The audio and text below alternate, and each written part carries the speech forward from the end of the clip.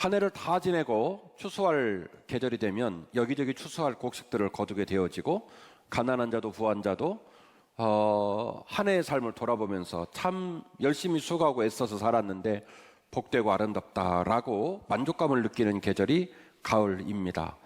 얼마 전에 흰남도라고 하는 태풍이 올라와서 참 많은 분들이 수해를 입고 농민들도 낙과를 경험하고 어려움들을 겪었습니다. 그럼에도 불구하고 가을이 되면 여전히 우리를 기대하게 하고 만족하게 하는 것은 추수의 열매가 있더라는 거예요.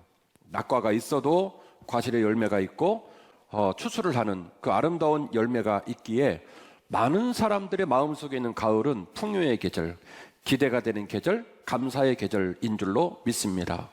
자, 오늘 말씀은 이런 맥락 속에서 우리 인생을 추수의 관점으로 보았을 때 우리 인생이 추수의 기쁨과 또 풍요로움의 열매를 거둘 수 있는 원리가 뭘까를 잠깐 나누려고 합니다. 그래서 설교 제목이 뭐냐면 같이 할까요? 시작!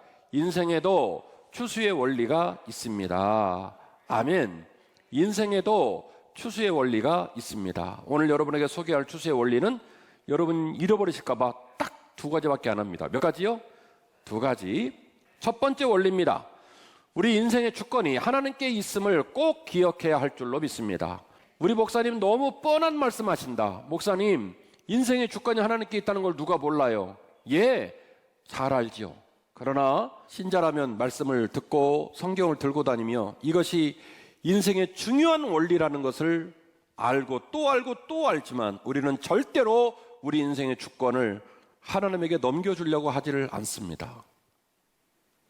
내가 책임지고 내가 계획하고 내가 뜻하고 내 방식으로 풀어서 기필코 방점을 찍으려고 하지 하나님께 우리 인생의 주권을 이양하려고 하지 않더라는 거예요.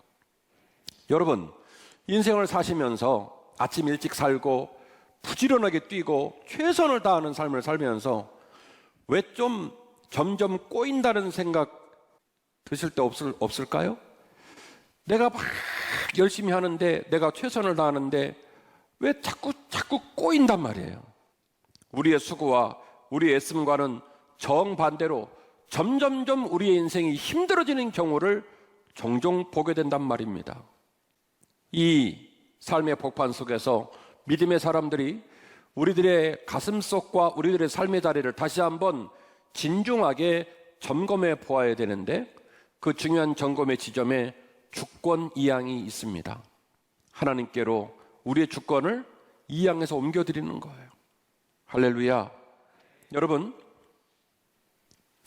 우리 인생이 수고하고 애쓰는데 왜 점점 꼬일까?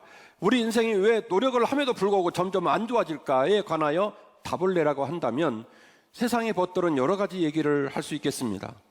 점치러 가야 됩니다. 쌀도 뿌리고 뽑을 거 뽑고 아니면 산에 올라가 가지고 뭐 큰 바위 밑에다가 촛불을 붙이든지 뭐라도 해야 됩니다. 세상 사람의 입장에서는 왜 수고하고 애쓰는데 인생이 자꾸 꼬이냐, 어려워지냐라고 말을 하면 그 답을 찾기가 굉장히 어렵습니다. 그러나 주 예수 그리스도를 믿는 믿음의 사람들에게 당신의 인생이 왜 꼬입니까? 당신의 인생이 점점 왜 수고함에도 잘 안 됩니까? 라고 말을 할 때 답은 딱 하나입니다. 그 답이 뭡니까? 하나님께 우리의 주권을 이양해야 한다는 거예요. 우리 중에는 믿음이 좋은 분도 있고 다소 믿음이 안 좋은 분도 있을 수 있어요. 그러나 제가 믿기로는 일단 신자가 되고 일단 교회에 와서 예배를 드리는 사람은 적어도 우리의 삶의 그 출발점을 창조론의 시각으로 보고 있는 사람이에요.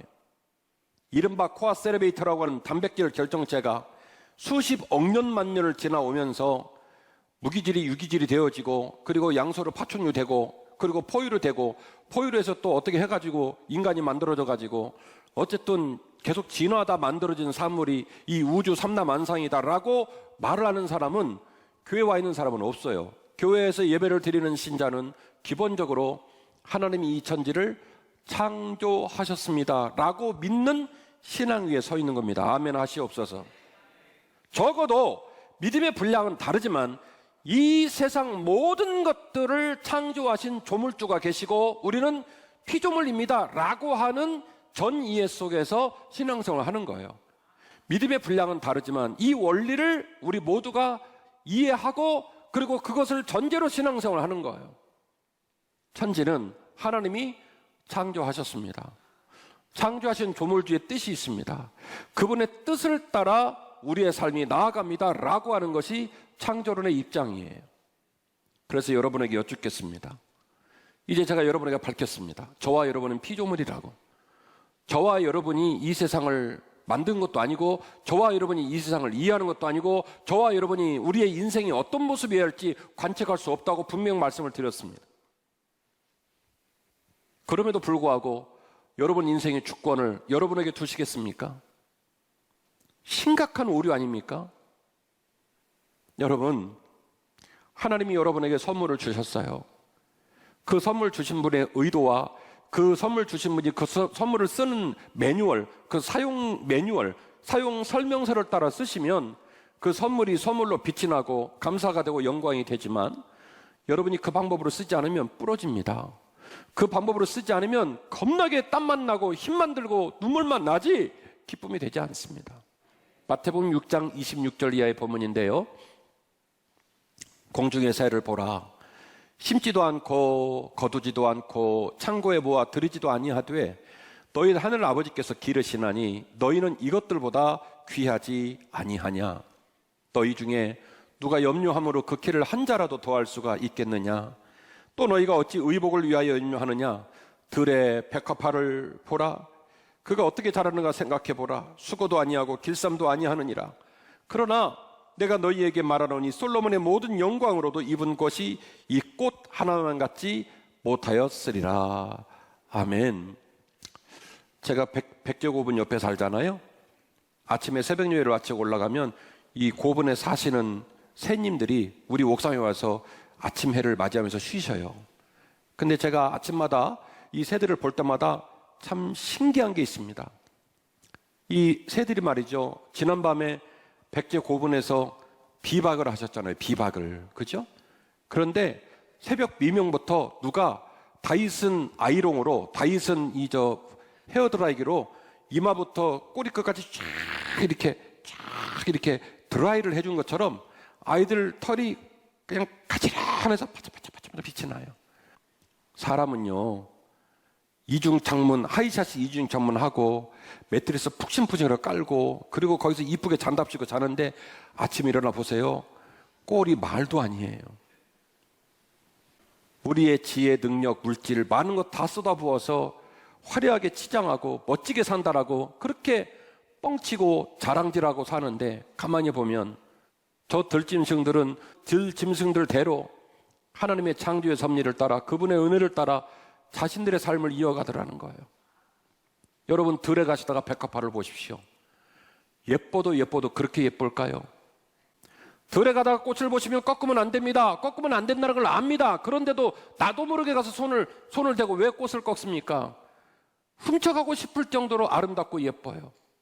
가만히 보면 누군가가 내가 거기 가기 전에 유리관으로 그 꽃을 씌워가지고 애지중지 키웠다가 우리가 산에 갈 때쯤 유리 빼고 보여주는 것처럼 정말 흠도 결도 없이 완벽하게 들판에 꽃이 펴 있어요.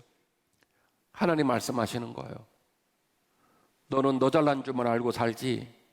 너는 네가 판단하고, 너는 네가 노력하고, 너는 네가 끌고 가고 그러면 잘 될 것 같지. 근데 봐라, 저 들어있는 백합화 보라. 흠도 결도 없이 그렇게 빛이 나고 찬란하게 아름답게 자기 삶에 꽃을 피우는 그 꽃들을 봐라. 네가 걔네한테 물을 준 적이 있니? 걔네를 돌본 적이 있니? 공중을 날아가는 새 네가 어디서 왔는지 알긴 하니? 그런데 내가 그 모든 것들을 기르고 내가 그 모든 걸 지키고 오늘까지 삶을 이끌어 왔어.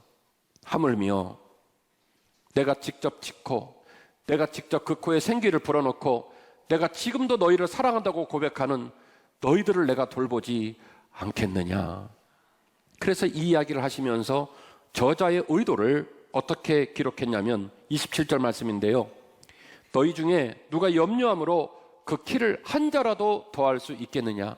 이 본문이 바로 앞뒤에 나오는 들에 있는 꽃과 하늘에 있는 그 새 이야기의 저자의 의도예요. 하나님이 계속 말하는 게 뭡니까? 인생의 주권이 너에게 있다는 거예요? 내게 있다는 거예요? 내게 있다고 말씀하시는 거예요. 내가 공중의 새들을 지키고 내가 들어있는 꽃들을 지키는 것처럼 내가 너무너무 사랑하는 내 딸과 내 아들의 삶을 지킬 것인데 어찌하여 너는 그 인생의 주권을 내게로 이양하지 않고 내 지혜를 쫓지 않고 내 목소리를 청종하지 않고 왜 네 맘대로만 하려고 하느냐, 이 얘기를 하는 거예요. 그래서 말하는 거예요. 다시 되묻는 거예요. 질문하는 거예요. 내가 너에게 질문한다. 네 말 맞다나 네 힘과 네 실력과 네 능력을 했다 치고 그렇게 해서 네 키를 단 한 자라도 키울 수 있은 적이 있느냐 묻는 거예요. 여러분 답변해 보십시오. 여러분이 여러분 인생을 붙들고 몸부림치고 염려하고 애쓰고 여러분 마음대로 해서 과연 그 키를 한 자라도 더한 적이 있는지. 저는 없어요. 제가 열심히 살아온 건 맞아요. 근데 열심히 살아오며 오늘 이 자리에 서기까지 제가 깨닫는 건 뭐냐면 진짜 좋은 일들, 진짜 은혜스러운 일들, 진짜 완벽하게 열매 맺는 일들은 내 뜻과 내 계획과 내 판단에서 있은 적은 없구나라는 것을 여러분에게 고백하지 않을 수가 없어요. 하나님께서 빚어주시고 하나님께서 이끌어주시고 하나님께서 세팅해 주는 것이 훨씬 더 나았어요. 그런데 인간이 왜 그걸 기억을 못하느냐? 인간은 정말로 자기애가 강해요. 자기에게 불리한 건 다 지우개로 지워버리고 자기에게 불리한 건 절대로 입에 올리지 않고, 그리고 하나님이 해주시고 자기가 사실은 그곳에 방점을 두지 않았음에도 불구하고 때가 지나면 자기가 판단했고 자기가 지혜롭게 한 줄 알아요. 아니거든요. 우리의 주권을 하나님께로 이양해야 합니다. 그래야 삽니다. 이 세상을 창조하신 하나님, 우리를 이 땅에 파송하신 하나님, 그분에게 물어봐야 돼요. 이스라엘에 두 왕이 있습니다. 하나는 사울, 하나는 다윗입니다. 이 두 사람은 외양으로는 비교할 수가 없어요. 사울은 이미 이스라엘의 초대왕으로 부름받을 때 이스라엘의 초대왕으로 부름받을 만한 스펙과 모양을 갖고 있었어요. 성경은 말합니다. 사울의 키가 다른 사람보다 머리가 하나 더 있었다고 그랬어요. 용모가 수려하고 누가 봐도 초대왕 될 만했습니다. 그러나 다윗은 심지어 그 아버지도 인정을 안 해줬어요. 이세 8번째 아들로 하나님이 8번째 아들에게 기름을 붓겠다는데 그의 친아버지가 고개를 갸우뚱갸우뚱하며 이해를 잘 못하는 거예요. 외양으로 보면, 스펙으로 보면 사울과 다윗은 비교가 안 됩니다. 그런데 여러분, 왜 사울은 악한 왕이라고 얘기하고 다윗은 성군이라고 말할까요? 그 답이 뭡니까? 다윗의 특징, 사울과 다윗을 가른짓는 명백한 특징이 있습니다. 사울은 나중에 좀 잘 나가니까 건너머가지고 하나님도 소용없어요. 자기 맘대로 한 거예요. 하나님 앞질러 가고 자기가 주도권을 행사하고 자기 뜻대로 판단하고. 동의하시죠? 그런데 여러분, 다윗은 어떻습니까? 우리아의 아내 밧세바를 범한 잔인하고 치명적인 범죄를 저질렀음에도 불구하고 모든 인류의 역사가 다윗을 찬양하고 다윗을 생각할 때마다 그를 성군이라고 말하는 이유는 뭡니까? 다윗은요, 항상 하나님께 물어보며 모든 일을 진행해요. 하나님, 이 전쟁 할까요 말까요? 하나님, 제가 전쟁하러 올라갈 거예요 말까요? 하나님, 이 일을 제가 하면 좋을까요 안 좋을까요? 항상 물어보면서 하나님께서 이끌어 주시고 하나님께서 자기 삶을 빚어주시기를 기대하면서 그렇게 사는 특징이 누구한테 있었냐면 다윗에게 있었다라는 것이죠. 신자는 하나님의 주권과 인도하심을 사모하면서 인생을 풀어가야 합니다. 문제와 고난을 만난다면 반드시 기도하며 하나님 방법으로 풀으셔야 돼요. 우리의 삶이 추수의 열매를 맺는 첫 번째 비결이 뭐라고요? 우리의 삶의 주권을 누구에게 이양한다? 하나님께 이양한다. 두 번째로 하나님 앞에 거룩하게 심어야 할 줄로 믿습니다. 참된 신앙은 잘 심는 영적 태도를 통해 자연스럽게 연구로 가는 겁니다. 앞서 저는 우리의 인생이 하나님의 주권에 있으며 심지 않은 은총 속에 있다는 것을 역설했습니다. 그러나 이 말을 다른 말씀을 드린다면, 그러므로 무책임하게 자신의 삶을 가꾸기에 노력하지 않아도 된다는 말을 말하는 건 아니에요. 가을이 모든 사람에게 추수의 기쁨을 생각하는 계절인 건 맞습니다. 그러나 추수는 심는 자의 권리요, 심는 자만의 축복입니다. 아멘이십니까? 추수의 기쁨은, 추수의 열매는 심는 자의 권리예요. 안 심은 사람이 어떻게 추수를 하겠습니까? 그거는요, 불안당이에요. 나쁜 사람입니다. 추수의 기쁨은, 추수의 권리는 누구의 권리냐면 심은 자의 권리예요. 심었으니까 추수할 수 있는 권리가 그에게 있는 거예요. 심었기 때문에 그에게 거두는 축복이 있는 겁니다. 그래서 이 거두는 축복과 열매는 반드시 심는 사람의 권리와 기쁨이라는 걸 아셔야 돼요. 사람은 미움도 고움도 다 자기 뜻은 나는 거예요. 직장생활이 됐던, 사업장이 됐던, 대인가가 됐던, 부모 자식이 됐던, 내가 그 상대방에게 무엇인가 심은 것이 있고 무엇인가 인정받을 만한 눈물과 애씀이 총량이 차지 않으면 열매를 거둘 수 없습니다. 왜냐하면 열매를 거두는 것은 심는 자의 권리이기 때문이고 잘 심은 자만이 받을 수 있는 축복이기 때문에 그렇습니다. 오늘 본문은 터키의 남부 지역의 성경의 지명인데 안디옥, 이고니온, 루스드라, 더베 등 우리가 더기피라든지 통성경을 통해서도 배우셨지만 이 터키 지역의 중남부 지역 오른쪽으로 쭉 길게 되어 있는 벨트, 일종의 벨트 지역을 말하는 거예요. 이 벨트 지역에 모여 있는 교회들에게 주신 메시지입니다.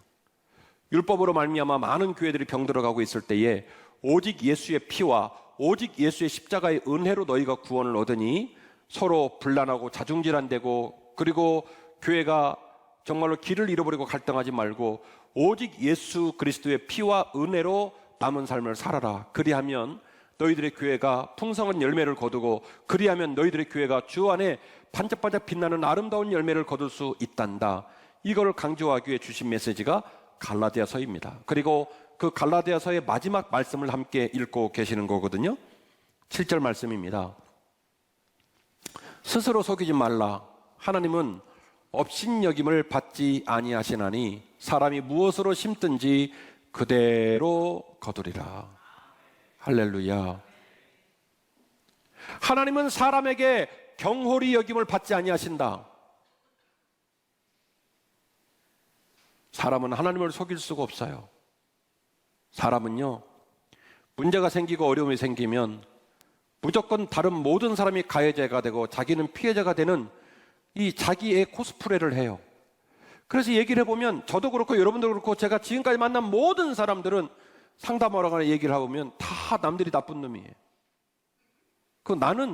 나는 문제가 없어요. 난 잘못한 게 없어요. 억울해 죽겠는 거예요. 근데 문제는요, 하나님 앞에서는 그렇게 말을 할 수가 없더라는 거예요. 코람데오, 여호와 앞에 성결. 어찌 회전하는 그림자가 없으신 하나님을 우리가 새치 혀끝으로 속이겠습니까? 내 마음속, 내 신앙, 나와 그분의 관계, 그리고 사람들에겐 여러 가지 장황한 말로 속일 수 있을지 몰라도 하나님과 나와 있었던 삶의 족적의 모든 이야기를 하나님이 일거수일투족을 다 알고 계신데 어찌하여 그분을 속일 수가 있겠습니까? 스스로 속이지 말라. 하나님은 업신여김을 받지 아니하시나니 사람이 무엇으로 심든지 그대로 거두리라. 자기의 육체를 위하여 심는 자는 육체로부터 썩어질 것을 거두게 되겠지만 그러나 성령을 위하여 심는 자는 성령으로부터 영생을 거두게 된다. 하나님께 주권을 이양하고 하나님의 선하신 인도하심을 쫓아서 한 걸음 한 걸음 심어가면 그 심어가는 것을 통하여 영생을 거두고 아름답고 풍성한 열매를 거두게 된다. 9절 말씀입니다. 우리가 선을 행하되 낙심하지 말지니 포기하지 아니하면 때가 이름에 거두게 될 것이다. 이 9절 말씀은요, 8절 말씀을 보강하는 후속 구절입니다. 육체를 위해 심는 자는 육체로서 썩어질 것을 거두고 성령을 위해 심는 자는 성령으로 영생을 거둔다. 이거는 목사도 알고 성도도 알고 다 아는 명제예요. 근데 이걸 실제로 옮기기가 어려운 게 억울할 때가 많아요.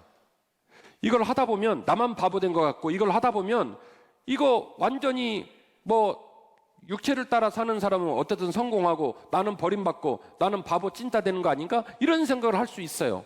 그러니까 잠깐 정신을 차렸다가도 다시 돌아가서 세상의 방식과 육신의 방식으로 우리 인생을 살아가는 그 원리 가운데서 그러지 말라고 후속 구절로 보강을 해놓은 거예요. 우리가 선을 행하되, 여기서 말하는 선을 행한다는 말은 앞에 나오는 선행 구절을 종속하면 이런 겁니다. 육신을 따르지 않고 육체를 따르지 않고 어떻게 해요? 성령을 따르는 것, 그것이 뭐예요? 선을 행하는 거예요. 우리가 선을 행하되 낙심하지 말지니 포기하지 아니하면 흔들리지 않고 신뢰하고 반드시 아름다운 열매를 맺을 거란 기대를 가지고 네가 하염없이 나를 따라 그 믿음의 길을 확신으로 걸을 수만 있다면 때가 이름에 거두게 될 것이다. 우리가 우리 인생을 살면서 내 뜻, 내 지혜, 내 판단, 내 수고, 내 눈물, 내 고생 총량을 채우고 나서 내 나름대로 걸출할 만한 열매를 내고 그리고 복된 길에 설 거라고 기대하건만 그렇게 안 되는 경우가 많더라는 거예요. 그래서 오늘 본문의 말씀은 여러분에게 얘기합니다. 사랑하는 아들아, 사랑하는 딸아, 육체를 따라 심지 말고 성령을 따라 심을 것이고 성령을 따라 심어가는 모습이 세상의 정욕과 세상 사람의 시각으로는 바보 같고 찐따 같고 너 왜 그러니 그렇게 말할지 모르겠지만 기죽지 말고 흔들리지 말고 네 마음을 잘 지키고 네가 선을 행할 수만 있다면 낙심하지 말지니 포기하지 아니하고 끝까지 달려가면 때가 이름에 거두게 될 것이다. 이 기대를 여러분이 꼭 잊지 아니하시기를 주의 이름으로 축원합니다. 말씀의 결론입니다. 거룩하게 심고 끝까지 아름답게 쓰임 받아야 할 줄로 믿습니다. 역설적이게도 많은 신자들은요, 거룩이란 단어를 종교 지도자에게 한정시키거나 나와 무관하게 치부하고 사는 경우가 의외로 많습니다. 그러나 거룩은 우리가 사랑해야 하며 우리를 가장 위태롭고 넘어뜨릴 때마다 묵상하고 강력하게 붙들고 있어야 될 중요한 방어막이에요. 제 입장의 해석입니다. 거룩은 우리의 생명을 위한 예방약입니다. 거룩은 우리의 생명을 위한 백신입니다. 거룩은 우리의 생명을 위한 영적 방패입니다. 저와 여러분이 어떻게 하나님의 거룩에 다를 수 있겠습니까? 그러나 하나님께서 거룩하시고 하나님이 명령하신 그 거룩을 항상 묵상하며 하루하루를 살아가야 할 줄로 믿습니다. 잘못된 결정이나 어리석은 판단은 아무리 우리의 마음을 위로하고 자기에 빠질 수 있을지는 모르겠지만 결국 자신의 삶을 더욱 불행하게 하고 망가뜨릴 뿐이라는 것을 여러분 꼭 기억하셔야 돼요. 하나님 앞에서 거룩하게 심는 것은 내 마음을 거룩하게 붙들고 지키는 겁니다. 내 입술이 사단의 수중에 들어가지 않도록 말과 행위를 조심하고 지키는 겁니다. 내 삶의 문제와 고난이 하나님의 도움으로 반드시 풀어질 것이라는 확신과 기대로 사는 겁니다. 설교의 결론을 얘기합니다. 첫 번째는 우리 인생의 주권을 누구에게로 이양한다? 하나님께로 이양한다. 이양한다는 말은 무슨 얘기냐면 항상 물어보는 거예요. 좋은 일에도 기도, 나쁜 일에도 기도, 자녀들을 위해서도 기도, 사업장을 위해서도 기도, 직장을 위해서도 기도, 건강을 위해서도 기도. 아멘이시죠? 주권을 이양해야 돼요. 그리고 하나님 앞에 거룩하게 심으시기를 바랍니다. 선한 것들을 심고 포기하지 아니하면 때가 이름에 반드시 거둘 겁니다. 여러분 수고하고 애쓰고 끝에 가가지고 된장 속았다 이럴 수는 없다 그렇게는 안 될 거예요. 저는 여러분을 실망시킬 수 있지만 제가 사랑하는 하나님은 절대 그런 분이 아니에요. 제가 사랑하는 하나님은 절대 그런 분이 아니에요. 반드시 여러분의 눈물을 닦아주실 겁니다.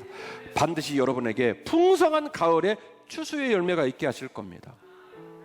바라옵기는 우리 주님께서 여러분 마음 가운데 함께 하셔서 위로해 주시고 이 명절을 주님과 함께 잘 넘어갈 수 있도록 도와주시기를 간절히 원합니다.